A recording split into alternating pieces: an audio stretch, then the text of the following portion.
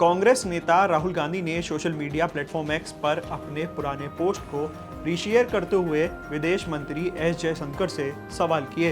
राहुल गांधी ने शनिवार को दावा किया कि सरकार ने ऑपरेशन सिंदूर की शुरुआत के समय ही पाकिस्तान को इस बारे में सूचित कर दिया था, जो एक अपराध है।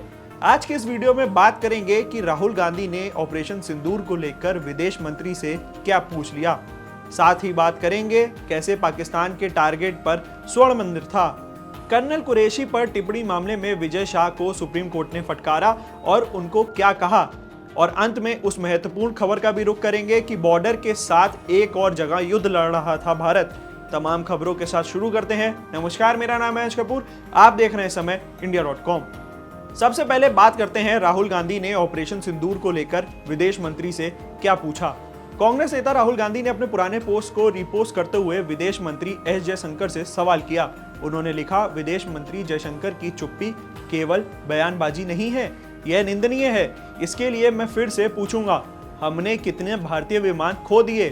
क्योंकि पाकिस्तान को पता था यह कोई चूक नहीं है, यह एक अपराध था और देश को सच्चाई जानने का हक है। इससे पहले शनिवार को राहुल गांधी ने दावा किया था कि सरकार ने ऑपरेशन सिंदूर की शुरुआत के समय ही पाकिस्तान को इस बारे में सूचित कर दिया, जो एक अपराध है। राहुल गांधी ने विदेश मंत्री एस जयशंकर के एक बयान का वीडियो एक्स पर पोस्ट किया। उन्होंने दावा किया कि सरकार ने यह स्वीकार किया है कि उन्होंने हवाई हमले की शुरुआत में ही पाकिस्तान को सूचित कर दिया था। उन्होंने कहा कि खुद विदेश मंत्री ने सार्वजनिक रूप से स्वीकार किया है कि भारत सरकार ने ऐसा किया है। राहुल गांधी ने सवाल किया, इसके लिए किसने उन्हें अधिकृत किया? परिणाम स्वरूप हमारी वायुसेना ने कितने विमान खो दिए?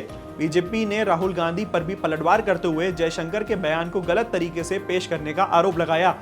पार्टी ने कहा कि कांग्रेस नेता भ्रामक विमर्श के जरिए मुद्दों से ध्यान भटकाने की कोशिश कर रहे हैं। राहुल गांधी को जवाब देते हुए बीजेपी के आईटी सेल प्रमुख अमित मालवीय ने एक्स पर लिखा कि ऐसा तब होता है जब कोई व्यक्ति केवल वंश के कारण अहम पद पर पहुंच जाता, लेकिन बौद्धिक रूप से कमजोर होता है। उन्होंने आगे कहा कि वीडियो में साफ दिख रहा है कि विदेश मंत्री एस जयशंकर ने अभियान की शुरुआत के समय पहले चरण का जिक्र करते हुए कहा था कि हमने पहले ही चेतावनी दी थी, लेकिन इस बयान को अब गलत तरीके से ऑपरेशन शुरू होने से पहले का बताया जा रहा है। अब बात करते हैं कैसे पाकिस्तान के टारगेट पर स्वर्ण मंदिर था। आतंकियों के खिलाफ शुरू किए गए ऑपरेशन सिंदूर में बौखलाए पाकिस्तान की सेना ने अमृतसर स्थित सिखों के पवित्र स्थल स्वर्ण मंदिर को निशाना बनाने की कोशिश की थी। भारतीय सेना ने अब देश को बताया कि कैसे स्वदेशी एयर डिफेंस सिस्टम से स्वर्ण मंदिर की तरफ बढ़ते खतरे को आसानी से नष्ट कर दिया गया था। भारतीय सेना ने आज Akash missile system L-70 air defence gun के बारे में जानकारी देते हुए तस्वीरें भी दिखाई। पाकिस्तान ने 6-7 मई को भारत पर ड्रोन और मिसाइलों से हमला किया था, जिसका लक्ष्य अमृतसर का स्वर्ण मंदिर और अन्य शहर भी थे। भारतीय सेना की आकाश मिसाइल और L-70 एयर डिफेंस गन ने इस हमले को नाकाम कर दिया था। सेना ने पाकिस्तानी मिसाइलों के मलबे को दिखाते हुए डेमो दिया। भारत के स्वदेशी सिस्टम ने अमृतसर के साथ साथ देश के कई शहरों को भी पाकिस्तान के हमले से सुरक्षित किया था। मेजर जनरल कार्तिक ने बताया कि भारतीय सेना ने पहले ही अनुमान लगा लिया था कि पाकिस्तान सैन्य प्रतिष्ठानों के साथ साथ नागरिकों के महत्वपूर्ण स्थल को भी निशाना बना सकता है, जिसमें स्वर्ण मंदिर जैसे प्रसिद्ध धार्मिक स्थल भी शामिल थे। इंटेलिजेंस से मिली जानकारी के अनुसार गोल्डन टेम्पल पाकिस्तान का प्राइम टारगेट था। मेजर जनरल ने बताया कि हम भाप चुके थे कि पाकिस्तानी आर्मी कहां टारगेट कर सकती है। इसमें हमने गोल्डन टेम्पल सबसे टॉप पर रखा था। ऐसे में हमने बिना देर किए अतिरिक्त एयर डिफेंस एसेट को गोल्डन टेम्पल को कवर देने के लिए तैनात कर दिए थे। भारतीय अफसरों की बात को सरल शब्दों में समझे तो यह कुछ वैसा ही था जैसे हम बारिश से बचने के लिए छातों का कवर ले लेते हैं। इसी तरह भारतीय एयर डिफेंस सिस्टम ने गोल्डन टेम्पल की सुरक्षा संभाल ली थी। सुनिए मेजर जनरल कार्तिक को। 7 मई की रात को हमने पुख्ता जानकारी मिली कि पाक किसी भी उचित और वैध टारगेट के ना होने के कारण भारतीय सैन्य ठिकानों को और सिविल इलाकों को, खास तौर पर धार्मिक स्थलों को निशाना बनाएगा। इसमें अमृतसर में स्थित गोल्डन टेम्पल सबसे अहम था। हमें अतिरिक्त जानकारी ये भी मिली कि गोल्डन टेम्पल के ऊपर वो भारी तादाद में ड्रोन और मिसाइल से हमला करेगा। इसीलिए हमने तुरंत आधुनिक, अतिरिक्त एवं उपयुक्त एयर डिफेंस को उपलब्ध कराया और रणनीति के अनुसार गोल्डन टेम्पल को चारों ओर से एयर डिफेंस की सुरक्षा दी गई। 8 मई की सुबह को अंधेरे में पाक ने अनुमान अनुसार ड्रोन और मिसाइल के जरिए से सभी सैन्य एवं सिविल ठिकानों पे और खास तौर पे गोल्डन टेम्पल पे भारी तादाद से ड्रोन का हमला किया। क्योंकि हम इसके लिए तैयार थे, तो भारतीय सेना के आर्मी एयर डिफेंस के सतर्क और सशक्त योद्धाओं ने पाकिस्तान के नापाक इरादों को पूरी तरीके से ध्वस्त करते हुए ड्रोन और मिसाइल हमले को पूरी तरह से विफल कर दिया। अगली खबर का रुख करते हैं। कर्नल कुरैशी पर टिप्पणी मामले में विजय शाह को सुप्रीम कोर्ट ने फटकारा और उन्हें क्या कहा। सुप्रीम कोर्ट ने सोमवार को एक बार फिर मध्य प्रदेश सरकार के मंत्री विजय शाह को कर्नल शोभिया कुरैशी पर दिए बयान के बारे में फटकार लगाई। सर्वोच्च न्यायालय ने कहा कि हम इस मामले में मंत्री की माफी स्वीकार करने के लिए तैयार नहीं हैं। कोर्ट ने आगे कहा, आप एक सार्वजनिक चेहरा हैं, एक अनुभवी नेता हैं। आपको बोलने से पहले आपके शब्दों को तोलना चाहिए। हमें आपकी वीडियो को यहाँ चलाना चाहिए। यह सेना के लिए एक अहम मुद्दा है। सुप्रीम कोर्ट ने इस मामले में एक एसआईटी भी गठित की है। इसमें 3 वरिष्ठ आईपीएस अधिकारियों को रखा गया है। इसमें से एक महिला अधिकारी भी होंगी।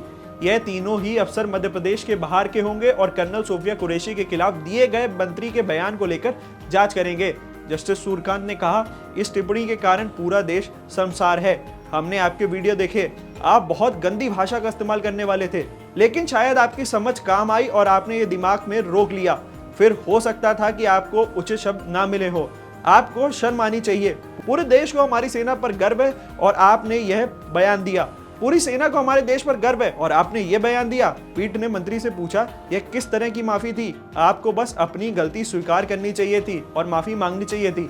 लेकिन आप कहते हैं कि अगर यह है, वह है, कुछ है, तो मैं माफी मांगता हूँ। माफी मांगने का यह तरीका नहीं है। आपने जिस तरह से भद्दी टिप्पणी की, आपको शर्म आनी चाहिए।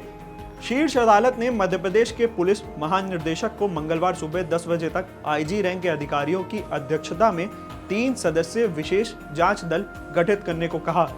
इस दल में एक महिला अधिकारी भी शामिल होगी। यह दल मध्य प्रदेश हाईकोर्ट के आदेश के बाद दर्ज एफआईआर की जांच करेगा।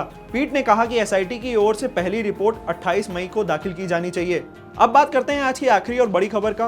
बॉर्डर के साथ एक और जगह युद्ध लड़ रहा था भारत। आज का युग डिजिटल का है। पेमेंट से लेकर हर ऑर्डर, सब कुछ ऑनलाइन बड़ी आसानी से किए जा सकते हैं। हर चीज फायदेमंद है अगर सही तरीके से इस्तेमाल की जाए। कुंभ में डिजिटल स्नान का एक ऐसा ही उदाहरण था सबके सामने कि कैसे आप कुछ नया सोच सकते हैं और आप फायदेमंद साबित होंगे। ऐसा आज मैं इसलिए कह रहा हूं क्योंकि बॉर्डर के साथ एक और जगह थी जहां भारत युद्ध लड़ रहा था और वो था डिजिटल वॉर। यूट्यूब पर ट्रैवल ब्लॉग चलाने वाली ज्योति मल्होत्रा पर पाकिस्तान के लिए जासूसी करने के आरोप लगे। सिविल लाइंस पुलिस थाने में 16 मई को दर्ज एफआईआर के अनुसार 2023 में मल्होत्रा पाकिस्तान उच्चायोग में एहसान उर रहीम उर्फ दानिश के संपर्क में आई थी, जहां वह पड़ोसी देश की यात्रा के लिए वीजा लेने गई थी। एफआईआर में कहा गया कि मल्होत्रा ने 2 बार पाकिस्तान की यात्रा की थी और उसने दानिश के परिचय अली से मुलाकात की, जिसमें वहां उसके रहने की व्यवस्था की थी। इसमें कहा गया कि मल्होत्रा दिल्ली में पाकिस्तान उच्चायोग के कई बार दानिश से मिलने गई और पता चला कि वह वहां पाकिस्तानी खुफिया एजेंसियों से जुड़े संपर्क में भी थी। इसमें कहा गया कि ऐवान ने ज्योति मल्होत्रा की पाकिस्तानी सुरक्षा और खुफिया अधिकारियों से मुलाकात कराई थी। ज्योति मल्होत्रा व्हाट्सएप, टेलीग्राम और स्नैपचैट के जरिए संपर्क में आई थी और संवेदनशील जानकारियां भी दे रही थी। हिसार की 33 वर्षीय यूट्यूबर और ट्रैवल ब्लॉगर ज्योति मल्होत्रा को कथित तौर पर पाकिस्तान की खुफिया एजेंसियों के लिए जासूसी करने और संवेदनशील जानकारी साझा करने के आरोप में गिरफ्तार किया गया। हिसार पुलिस ने 17 मई को उसे गिरफ्तार कर अदालत में पेश किया, जहां उसे 5 दिन की पुलिस रिमांड पर भेज दिया गया है। पहलगाम आतंकी हमले के दौरान मल्होत्रा की गतिविधि के बारे में किसी भी जानकारी के बारे में पूछे जाने पर उसने ऑपरेशन सिंदूर के दौरान पाकिस्तानी उच्चायोग में तैनात पाकिस्तानी अधिकारियों के संपर्क में भी थी। एसपी ने कहा कि भारत पाकिस्तान संघर्ष के दौरान वह पाकिस्तानी खुफिया एजेंसियों के संपर्क में भी थी। ये थी तमाम अपडेट आज के लिए। ऐसी वीडियोस के लिए बने रहिए हमारे साथ, देखते रहिए इंडिया.com। कैमरे के पीछे था हमारे साथी रमेश।